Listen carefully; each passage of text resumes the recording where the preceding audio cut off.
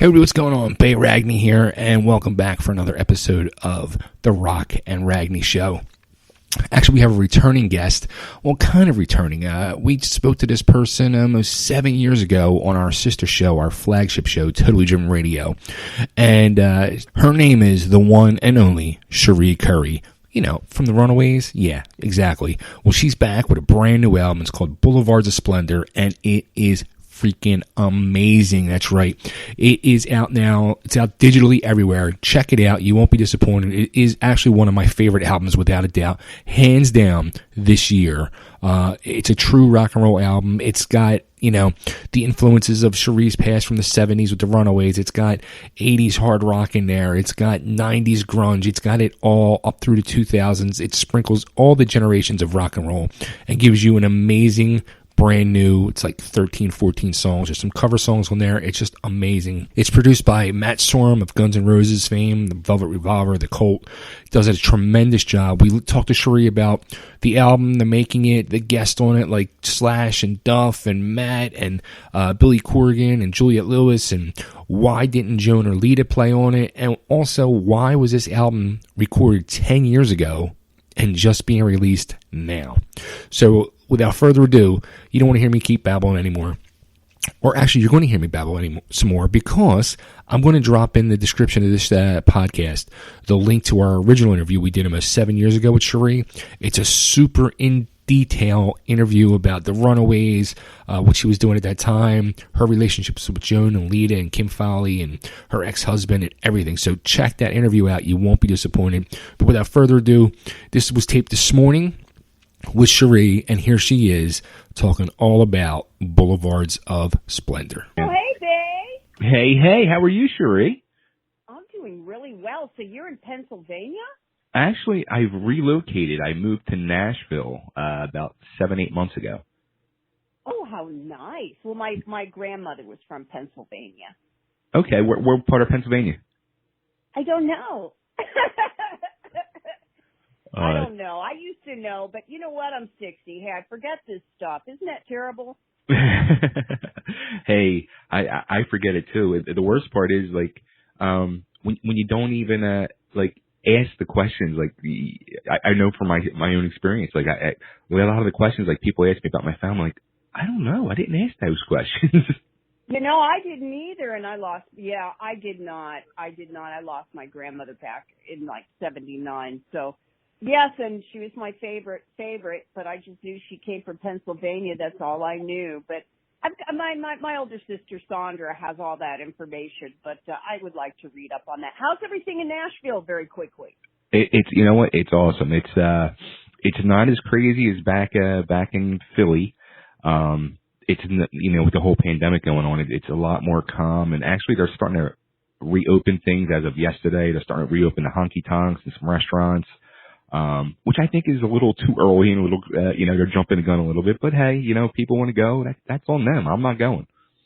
Hey, you know what? That's fine. You know, the bottom line is people have to take responsibility for themselves and protect themselves, and that's really what's going to happen eventually anyway, because people can be afraid forever about this. But you know, as long as you protect yourself, you shouldn't have to worry about anybody else.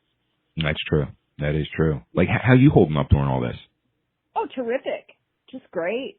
You know, awesome. I mean, you know, I work from home anyway, but it is kind of bizarre going outside and seeing some of these people with, like, gas masks on. And, and literally I was taking my dogs to the vet and to get their shots, and I saw this guy with literally a gas mask, like what you would see from Vietnam.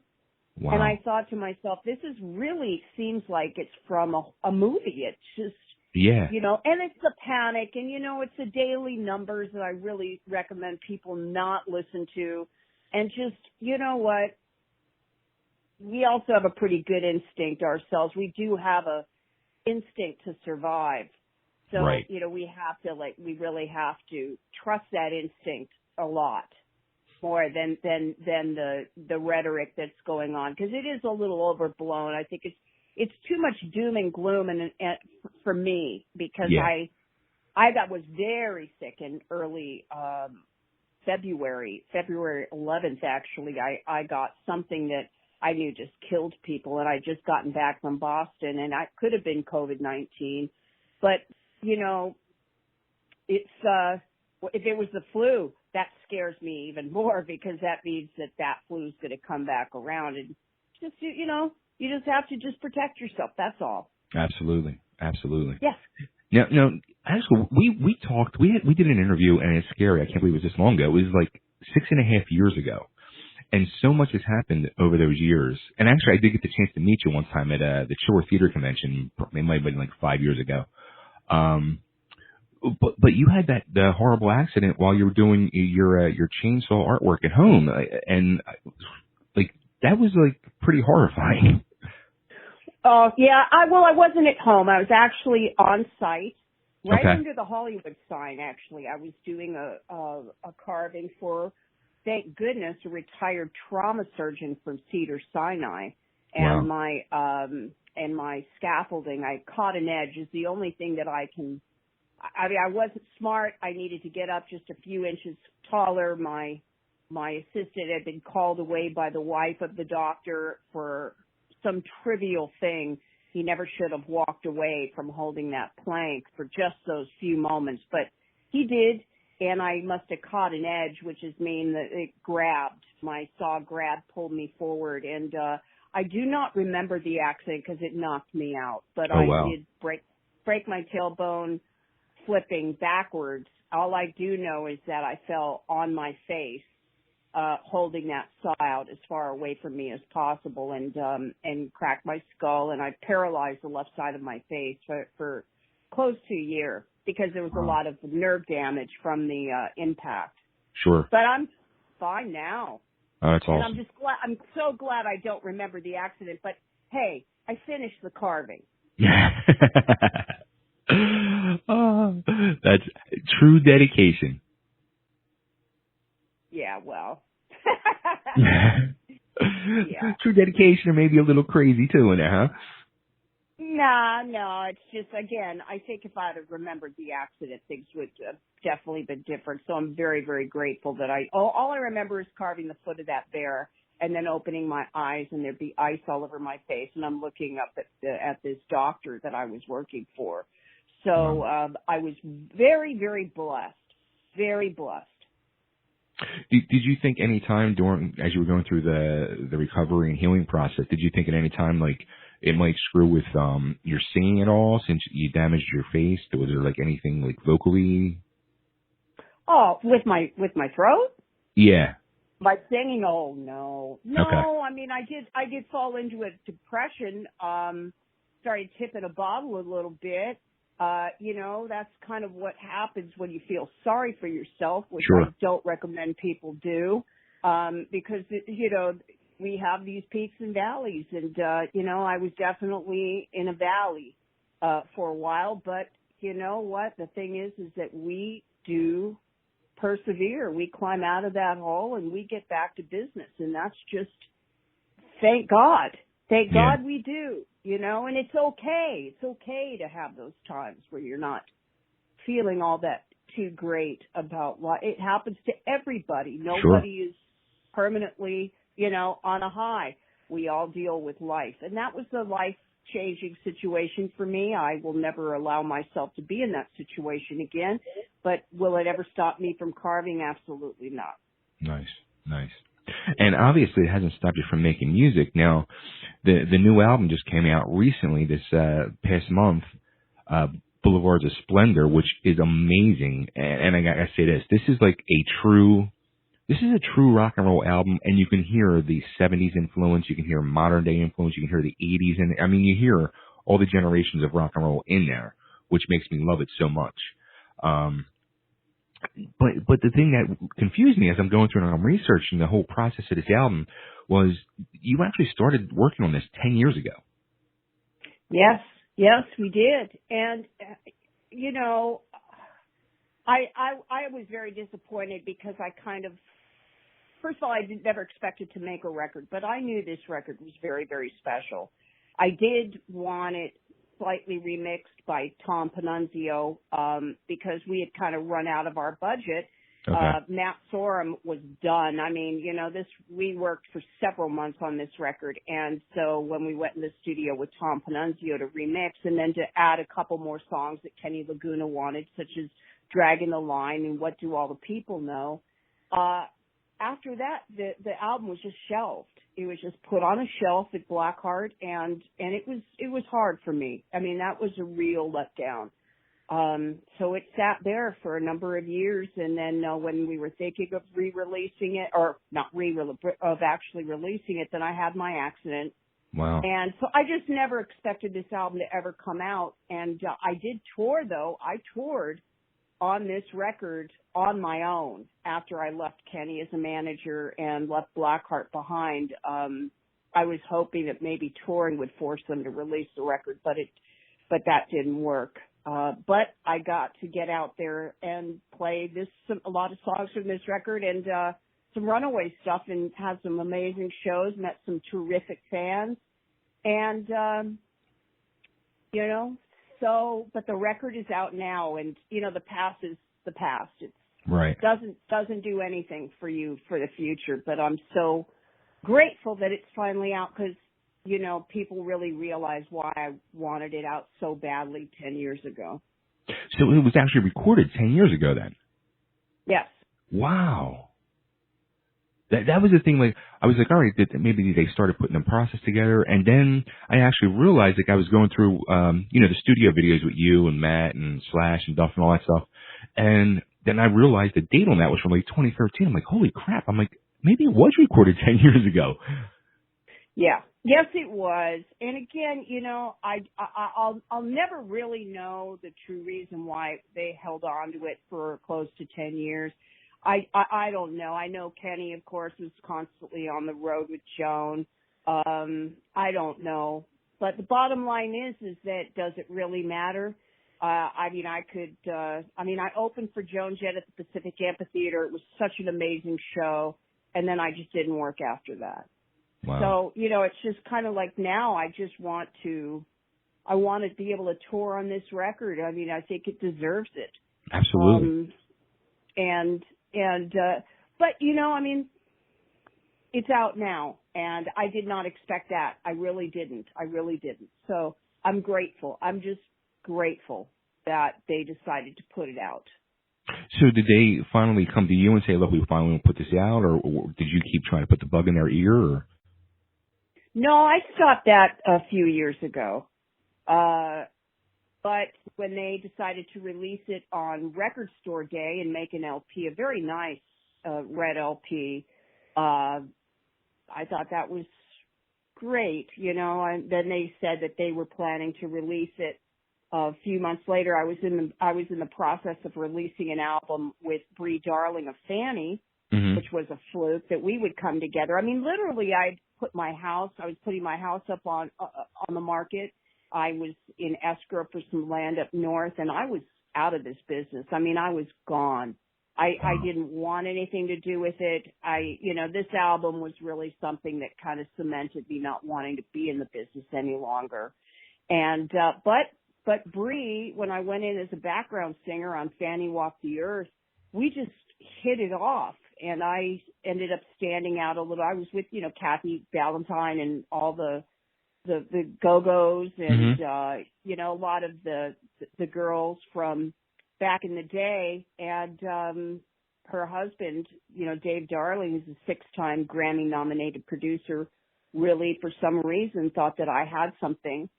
And he wanted us to do a duet album, and that's what we did. And so that's called The Motivator, and that came out, I guess about 9 months ago now. Okay. And Bree and I ended up touring on that record, for a couple of months. And then this pandemic hit. We finished our tour early December, and then with the pandemic, they decided to put Blvds of Splendor out. And honestly, Bay, if I never make another record, I'm happy, because this was the record I always wanted to make when I left the Runaways, which for other reasons, doing a record with my sister, that record was kind of taken from me from the producer at the time, and I wanted to make a rock record, and this is the record I always wanted to make. And God bless Matt Sorum, who had a vision when I didn't in a million years think that I was going to make another record at 50 years old. So God bless him and all of his hard work and Holly Knight and and all the great players and Billy Corgan and Brody Dahl, and the Veronicas and Nick Mayberry and Grant Fitzpatrick and my son, and just Flash Duff, everybody that came and so graciously and generously gave their time and energy to this record. They are the true stars. I cannot thank them enough for this opportunity.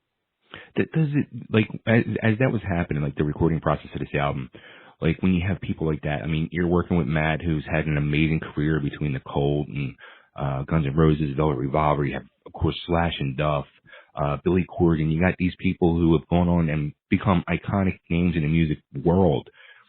And does it, like, go off in your head a little bit, like, I influenced these guys? Like, if I was a big... Oh, no. No? Like, does it give you, like, a weird thought? Like, no, that's never entered my mind. All I know is that I'm so proud of them and the hard work that they put into becoming who they are. And what I really enjoyed so very much is that, a lot of, especially like Bill, I was watching Breaking the Band with the Smashing Pumpkins the other day and hearing about Billy not having the greatest etiquette with working with other musicians. And I was just like, wow, what? I mean, I've never, ever worked with someone as gracious and giving and generous as Billy. And that went on even after the record finished. Jake and I had written a song and I threw it Billy's way, and he was in a retreat writing songs and took the time to work on that song and shoot a video of him playing it. And where does that leave me as far as thinking that some of these people just don't have time? That's why I don't trust a lot of, I don't listen to people's opinions, because the thing is most of the time they are wrong, because I've just never met someone like him. And even Slash, such a giving, generous person, constantly works at charity. And these people that I've witnessed a lot in my day, a lot of people changing, that get fame and they're never the same. And to see people this kind and wonderful just gave me a huge, boost that it still tickles me, that these people, they didn't have to be, they turned out real good. And that makes me really happy. That's awesome. Now, how about, as you mentioned, your son is part of your band. He toured with you a few years back. He worked with you on this album. How was that working with your son? Was that kind of weird? Oh, it was great. The kid's so talented. I mean, he has more talent in the tip of his little finger than I have in my entire body, and my wonderful ex-husband, Robert Hayes, as well. And Jake and Bob, they lost their house in the Woolsey fire. So wow. Jake is now, after a year of him living, about 40 miles, he decided to come and move home, which makes me so happy, because I'm in the middle of doing my audiobook right now. He even built me a little sound studio. We're working on a video for the record, a little quarantine video that's really going to be fun. People will be quite surprised, the guests that show up on this video. We're just finishing that up. But Jake went on, after touring 4 tours with me, he went on to go on tour with his band Maudlin Strangers, and he knew the ropes. I mean, he was a seasoned pro by the time he got off tour with me, so that was great. That's awesome.